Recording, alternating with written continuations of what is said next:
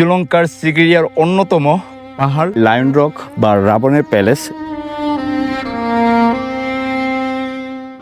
তো এটি শুধু একটি পাহাড়ই না, এটি কিন্তু একটি প্রাচীন দুর্গ, এটি কিন্তু একটি রাজপ্রাসাদ এবং এটি কিন্তু একটি বৌদ্ধ মঠের নিদর্শন।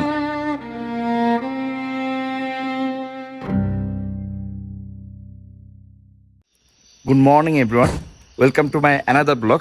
আর আমরা এখন আছি গ্র্যান্ড আজম পিকস হোটেলের সামনে, আর এখান থেকে আমরা রওনা দিয়ে দিতেছি সিগিরিয়ার উদ্দেশ্যে। আর আমাদের আজকে মেন টার্গেট হচ্ছে রক হিল দেখা এবং ক্যান্ডির আশেপাশে যাবতীয় জায়গা আছে সব কিছু এক্সপ্লোর করা। তো চলুন।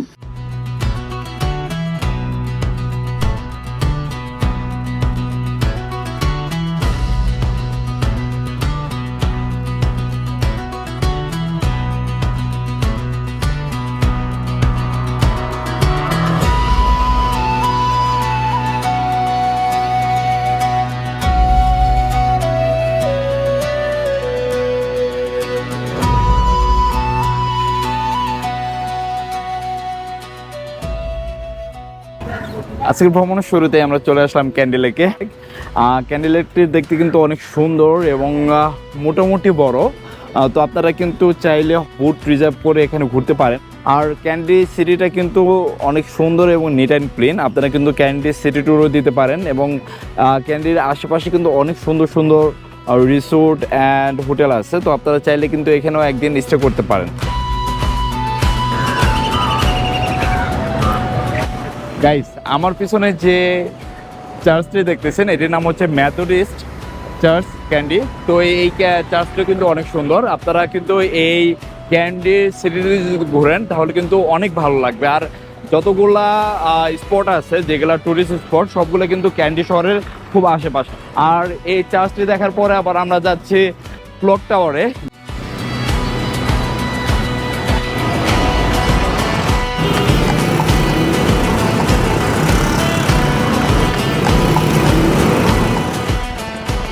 তো গাইস, আমার পিছনে যে টাওয়ারটি দেখতেছেন ঘড়িওয়ালা, ওইটি কিন্তু ক্লক টাওয়ার।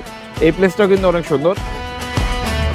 তো সিটি ট্যুর দিতেছি। আসলে ক্যান্ডিতে ওই ধরনের তেমন কিছু নাই, কয়েকটা মন্দির আছে এবং প্লেস আছে যেখানে আপনারা পিকচার করতে পারেন এবং কিছুটা সময় স্পেন্ড করতে পারেন, কিন্তু ওই ধরনের আমার কাছে মনে হলো না। জাস্ট আপনারা যদি 5-6 ঘন্টা ঘুরেন, আই থিঙ্ক ক্যান্ডি যে সিটিটা আছে সেটা আপনারা এক্সপ্লোর করে ফেলতে পারবেন।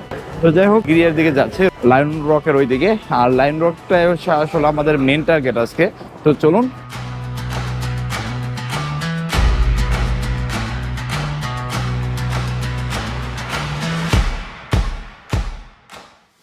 আপনাদের এই সিগিরিয়া লায়ন রকে আসলে আপনাদের টিকিটের জন্য এই সিগিরিয়া মিউজিয়ামের এখানে আসতে হবে। আর এই মিউজিয়ামের ঠিক পাশে হচ্ছে ই কাউন্টার, যেটা ফরেনারদের জন্য।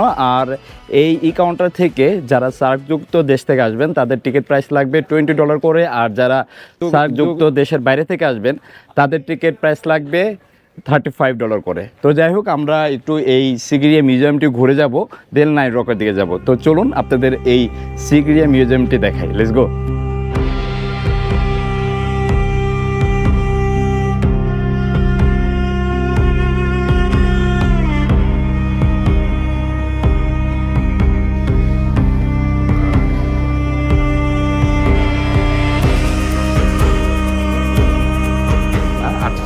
বিসির মানুষের হাল।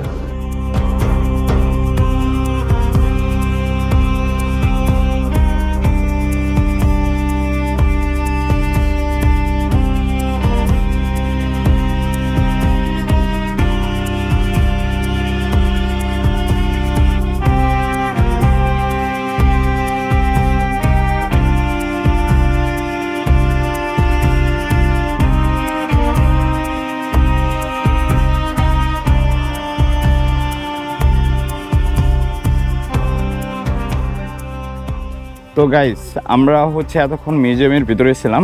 আপনারা যদি এই লায়ন রক দেখতে আসেন তাহলে অবশ্যই এই সিগিরিয়া মিউজিয়ামটি দেখে যাবেন, কারণ এই সিগিরিয়া মিউজিয়ামে আপনি হিস্ট্রিক্যাল অনেক কিছু দেখতে পারবেন যা এই লায়ন রকে ঘটেছিল বা ঘটছে, বা কে কবে প্রথম সামিট করছে এই লায়ন রকে, সব কিছু কিন্তু এখানে হিস্ট্রি পেয়ে যাবেন। এবং আদিম কিছু আসবাবপত্র, তারপর হচ্ছে সিগিরিয়া কি পড়তো কানে, এগুলো অনেক কিছু আপনারা কিন্তু এখানে দেখতে পারবেন।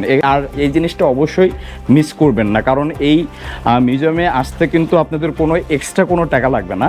আর আপনারা যে টিকিটটা কাটবেন লায়ন রকের জন্য ওইটা দিয়ে এটা একদম ফ্রি। তো অবশ্যই এই মিউজিয়ামটি মিস করবেন না, অবশ্যই দেখে দেন লায়ন রক দেখতে যাবেন।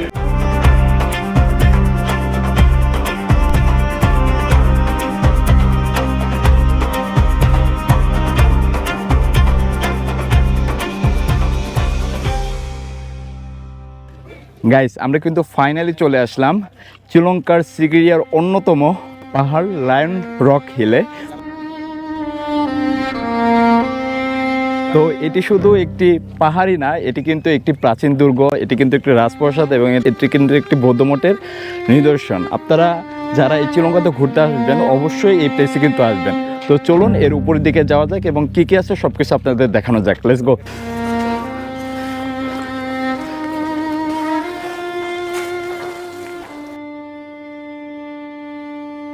আমি এর আগেও অনেকবার পাহাড়ে উঠছি, বাট পাহাড়ের ওঠার রাস্তা সাধারণত এঁকে বেঁকে তারপরে উপরে উঠতে হয়। বাট এই ফার্স্ট টাইম কোনো পাহাড়ে উঠতেছি যেটা কিনা একদম সোজা রাস্তা, একদম খারাপভাবে পাথর কেটে কেটে দেন কিন্তু তৈরি করছে।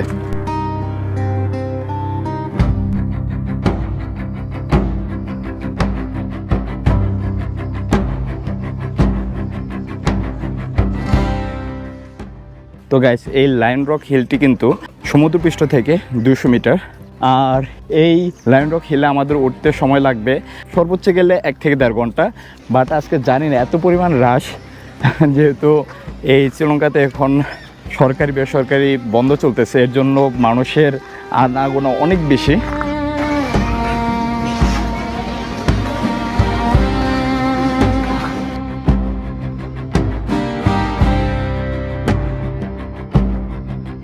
এই সিঁড়িটা দেখেন, এই সিঁড়িটা কিন্তু হচ্ছে পাথর কেটে কেটে দেন তৈরি করা হয়েছে। তো ওই যুগেই কিন্তু এই সিঁড়িটা তৈরি করা, যখন রাজা কেশব ছিল তিনি তার লোকজন দিয়ে এই সিঁড়ি তৈরি করে দেন উপরে উঠছে। ওই যুগে কিন্তু এতটা সহজ ছিল না উপরে ওঠা, বা এত সহজ ছিল না এই গ্রানাইট পাথরগুলো কেটে কেটে সিঁড়ি নির্মাণ করা। তো পরবর্তীতে এগুলা ধ্বংসবিশেষ কিছু কিছু নষ্ট হয়ে গেছে, পরবর্তীতে ক্রিয়েট করা হয়েছে। যাই হোক, আশা করি উপরে গিয়ে আপনাদেরকে এর থেকে বেটার কিছু দেখাতে পারবো। আর এই প্লেস থেকে দেখেন চারিদিকের ভিউটা কতটা সুন্দর। ওই দিকেও একটা দুর্গ দেখা যেতেছে।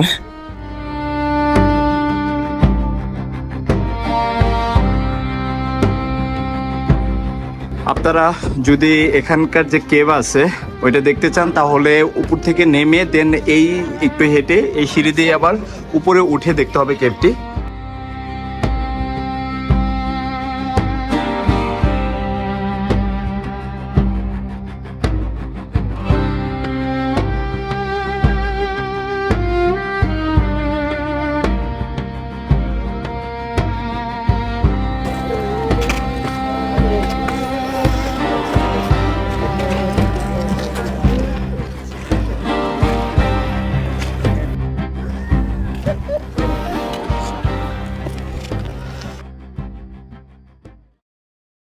ফাইনালি গাইস, আমি লায়ন রকে একদম টপে। তো দেখেন এই টপ থেকে চারিদিকের ভিউটা একবার দেখেন, একদম পুরা সব পাহাড়গুলা সব নিচে নিচে, ওইদিকে একটু বড় বড় পাহাড় আছে, আর এই সাইডটাও দেখেন জোস। তো একটু কষ্ট হলেও কিন্তু এখানে উঠবেন, কষ্ট করলে কিন্তু আপনারা একটা সুন্দর যে চারিদিকের মনোরম পরিবেশ ওটা দেখতে পারবেন। তো যাই হোক, চলুন এই লায়ন রকের কিছু ইতিহাস আপনাদের সাথে শেয়ার করা যায়। আমরা ইতিহাস ঘেটে যতটা জানতে পারছি, রাজা কেশব 447 থেকে 495 খ্রিস্টাব্দে এই দুর্গটি নির্মাণ করেন। রাজা কেশব তার বাবা ধাতু সেনকে হত্যা করেন এবং তার ভাই মোগলন থেকে রক্ষা পাওয়ার জন্য এই সিগিরিয়াতে এসে এই দুর্গটি নির্মাণ করেন। পাহাড়ের উপর আত্মগোপন করে থাকেন যাতে করে তার ভাই তাকে খুঁজে না পায় এবং তাকে কোনোভাবেই যাতে আক্রমণ না করতে পারে, এবং আক্রমণ করার যদি কোনো প্রস্তুতি নেয় তাহলে যেন সে উপর থেকে দেখতে পারে এবং উল্টা তাকে আক্রমণ করতে পারে। পরে মারা যাওয়ার পরে এই দুর্গটি কিন্তু পরিত্যক্ত হয়ে যায়, কারণ ওই সময় এত উপরে ওঠাটা অসাধ্যই ছিল না, একদম অস্বাভাবিকই ছিল। রাজা কেশবের মৃত্যুর পর পুরোপুরিভাবে পরিত্যক্ত হয়ে যায়। পরবর্তীতে এটি বুদ্ধিস্ট মঠ কিছুদিন চলতে থাকে, এরপরও এটি বন্ধ হয়ে যায়।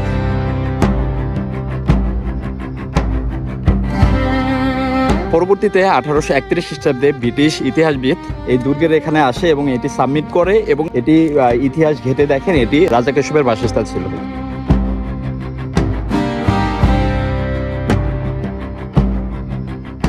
আর হিন্দু তত্ত্বের মতে এটি ছিল রাবণের বাসস্থান।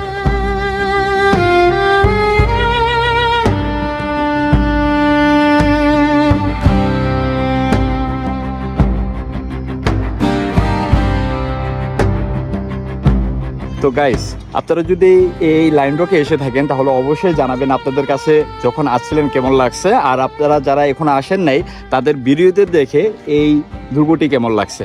তো সবাই ভালো থাকবেন, দেখা হবে নেক্সট কোনো ব্লগে। আল্লাহ হাফেজ।